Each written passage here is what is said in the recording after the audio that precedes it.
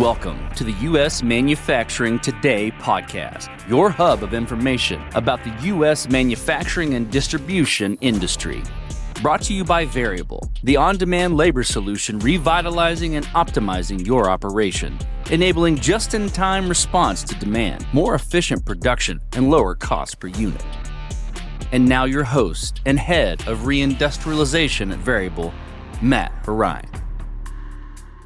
Welcome to U.S. Manufacturing Today, the podcast powered by Variable, where we talk with the leaders, innovators, and changemakers shaping the future of American industry, along with providing regular updates on the state of manufacturing, the changing policy landscape, and more. In preparation for America 250, now would be a great time to tie together themes we're seeing in the market in the 21st century, but are not entirely new. There's a lot to celebrate coming up this Independence Day, but what we talk about less, often a lot less, is what caused much of the strife in the 1700s and how manufacturing was central to that movement for independence. The founders did not just build a government or write a constitution, but they built the framework for an economy, a deliberate, intentional, carefully designed economic system built around one core conviction, that a nation which cannot make what it needs cannot defend itself, its citizens, or ensure its survival. They learned that lesson the hard way, and when the shooting stopped, they made sure no one would have to learn it again. So, in honor of America's 250th birthday, we're going back to the beginning, to the founders, the documents, the arguments, and the policy decisions that laid the foundation for the greatest manufacturing economy in the history of the world. This is not a nostalgic episode, it's a blueprint episode. The people who built this country understood something that we are now, in 2026, being forced to remember. So let's start before the revolution, because to understand what the founders built, you have to know what they were reacting to. Britain's mercantilist system was not subtle. The colonies existed, in the eyes of Parliament, to supply raw materials and to purchase finished goods. That was the deal. Raw materials out, manufactured products in, and the economic value of the transformation stayed in Britain. To enforce that deal, Parliament passed a series of acts that systemically suppressed American manufacturing. The Iron Act of 1750 banned colonists from building new iron and steel mills. The Wool Act barred them from developing their own textile trade. And these acts were not just nuisances, they were deliberate economic chains. And then the war started, and those chains nearly cost the colonies everything. The Continental Army didn't almost lose the revolution on the battlefield, it almost lost it in a supply chain it did not have control of. Britain had banned the manufacture of artillery in America, declaring it both illegal and disloyal to cast guns. The colonists had allowed their powder mills to decay. It had simply been cheaper and easier to import gunpowder from Britain than to make it at home. And when war came, that calculation almost ended the revolution before it began. On Christmas Day, 1775, George Washington wrote to his military secretary, "Our want of powder is inconceivable." His troops around Boston were issued spears to defend their lines. Around 90% of the gunpowder used in the first years of the revolution came from overseas, mainly French colonies in the West Indies. Had that supply chain been cut off, the revolutionary cause likely would have collapsed. At Valley Forge in December of 1777, Washington put the reality in a letter to Congress. He said, quote, "We have by a field return this day made no less than 2,800 men now in camp unfit for duty because they are barefoot." Nearly a quarter of his army was unfit for duty, not from British bullets, from the absence of shoes and clothes. That is what economic dependency looks like when the pressure is on, and the founders never forgot it. Before Hamilton wrote the policy and Clay built the system, which we'll talk about in just a little bit, there was a cultural foundation that made it all possible. And no one embodied that foundation more than Ben Franklin. Franklin identified himself first and always as a printer. Before he identified as a statesman or a diplomat or an inventor, he was a maker. He built his fortune with his hands and his press before he ever set foot in a legislature. And the economic philosophy he carried into the founding era grew directly from that experience. That a nation's true wealth comes not from clever trading, but from what its people can produce. In 1769, Franklin wrote an essay called Positions to be Examined. He argued that fair commerce is where equal values are exchanged for equal, but that manufactures are only another shape into which the produce of the earth is converted, carrying the real labor of workers within them. When trade became extraction, when one party's knowledge exploited another's ignorance, Franklin called it what it was. Commerce which is generally cheating. His sixth virtue, industry, wasn't about being busy. He wrote, "Lose no time, be always employed in something useful, and cut off all unnecessary actions." The word useful mattered a lot to Franklin. before he ever mentioned being profitable or being productive. The idea of being useful or making work that creates something real and tangible in the world. The Way to Wealth, his most widely distributed text, appearing in over 1,000 editions across 26 languages, helped canonize the basic ingredients of American capitalism: a strong work ethic, industry, and frugality. The dignity of making things, the conviction that a people's strength lies in what they build with their own hands. That conviction was the cultural soil of which Hamilton was about to plant the policy. The first major thing that Congress did after the enactment of the constitutional system on July 4th, 1789, was to pass a tariff. The date was not a coincidence. 13 years to the day after the Declaration of Independence, the founders put their economic philosophy into law. The Tariff Act of 1789 declared in plain language that duties on imported goods were necessary for, and I'm quoting directly, the support of government, for the discharge of the debts of the United States, and the encouragement and protection of manufacturers. Encouragement and protection. Those words were chosen deliberately by men who had just watched Britain use trade policy as a weapon against them for decades. But Hamilton wasn't done. In December 1791, he delivered his report on the subject of manufacturers to Congress. It remains one of the most consequential economic documents in American history and one of the most underread. He opened with a statement of purpose that left nothing to interpretation. The entire report, he wrote, was dedicated to promoting manufacturers that would, quote, render the United States independent on foreign nations for military and other essential supplies. This was not abstract economic theory.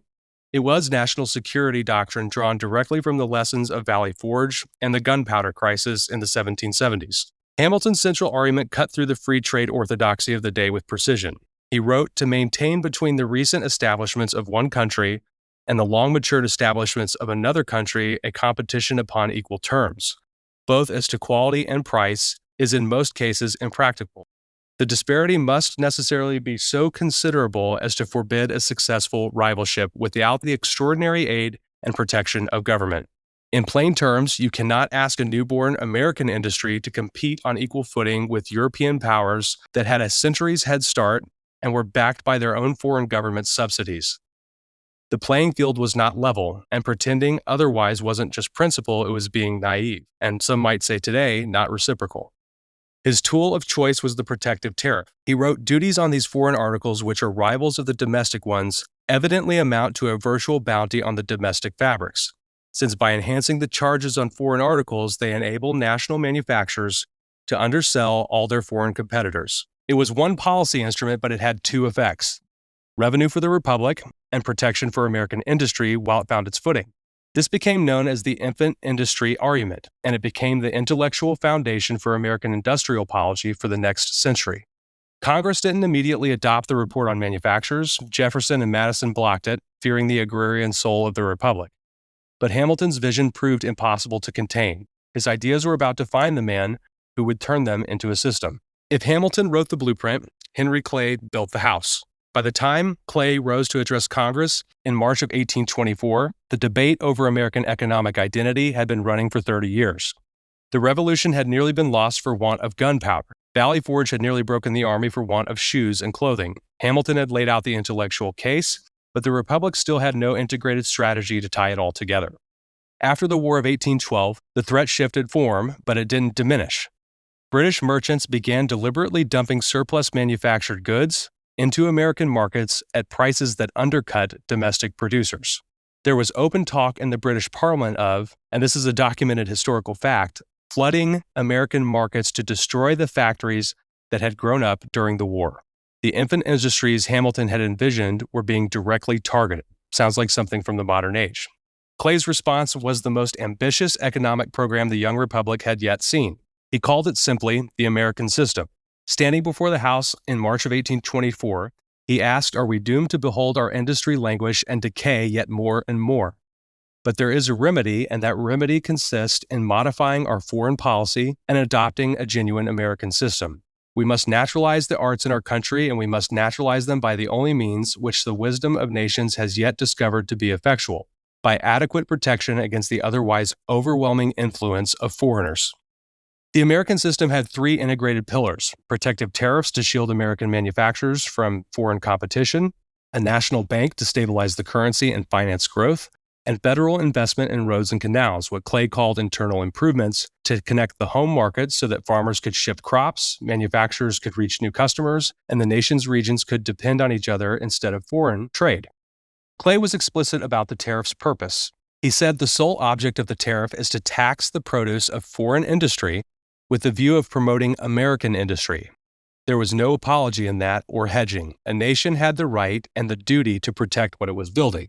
Clay never won the presidency. He ran 3 times and lost each time, but his ideas outlasted every one of his defeats. And because one of his most devoted admirers was a young Illinois lawyer who had grown up reading Clay's speeches, many of them took effect. As the Civil War raged, Lincoln pursued an American system agenda on an epic scale. He raised tariffs twice in the course of 3 years.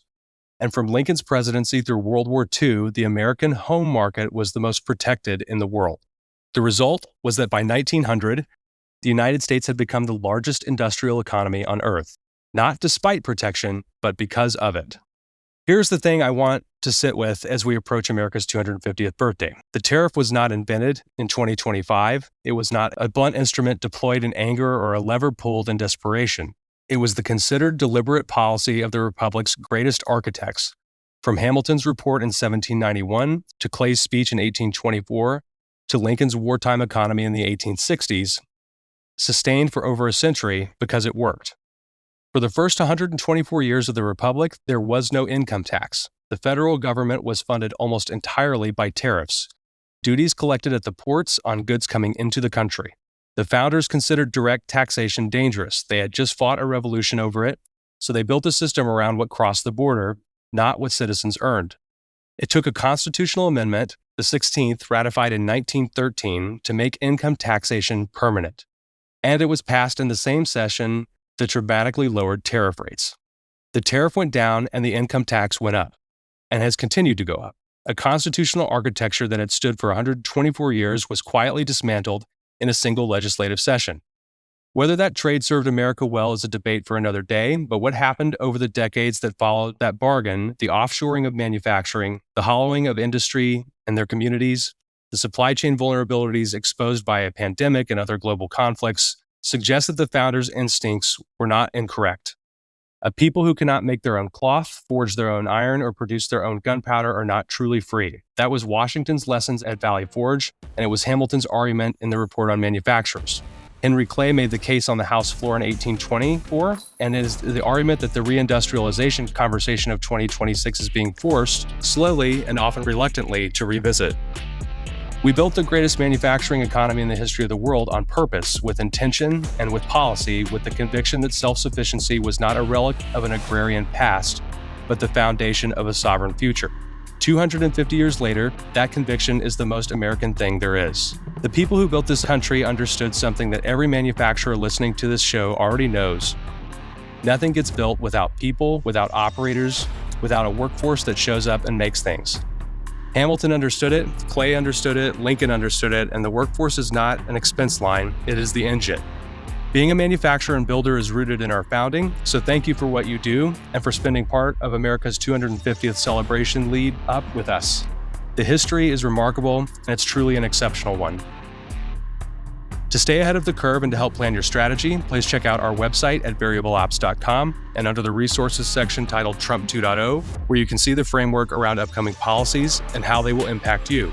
If you're on socials, give us a follow on LinkedIn, X, Truth, or Instagram. And if you're enjoying the podcast, please feel free to follow the show on Apple, Spotify, or YouTube, and leave us a rating, and don't forget to subscribe. Thank you again for joining us and learning more about how you can make your way.